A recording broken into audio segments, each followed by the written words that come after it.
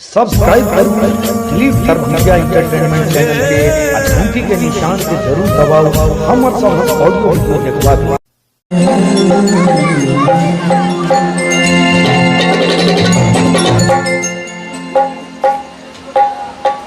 ये बहिना कोना कपरी छब गौरी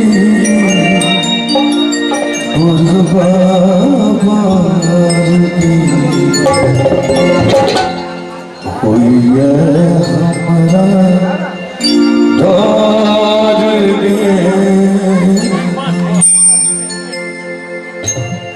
ये बहिना कोना कपरी छब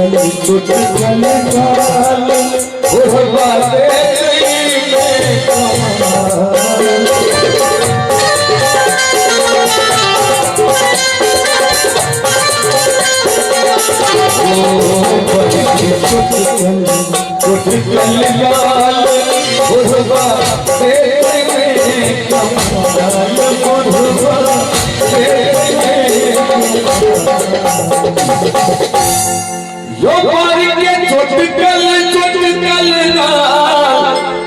अपुर बहरे कइले कमाल बारी के चोटकल ना और वाले कइले कमाल के बहिना बहिना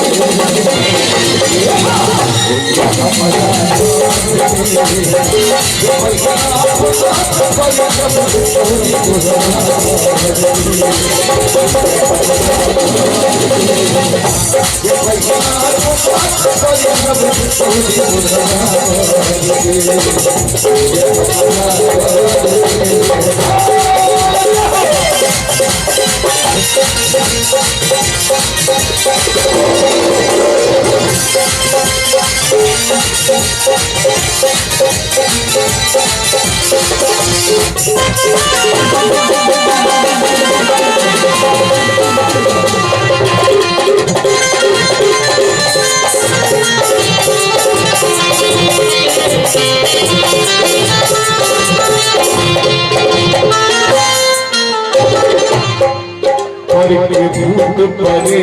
बराती धार गरिया साथी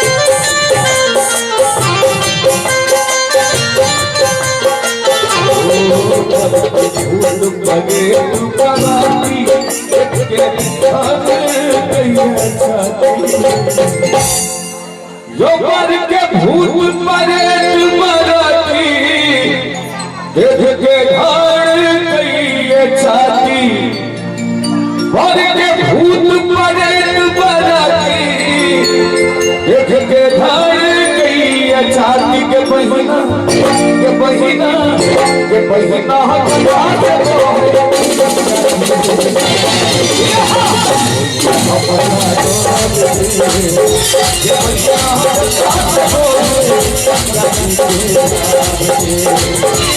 हमारा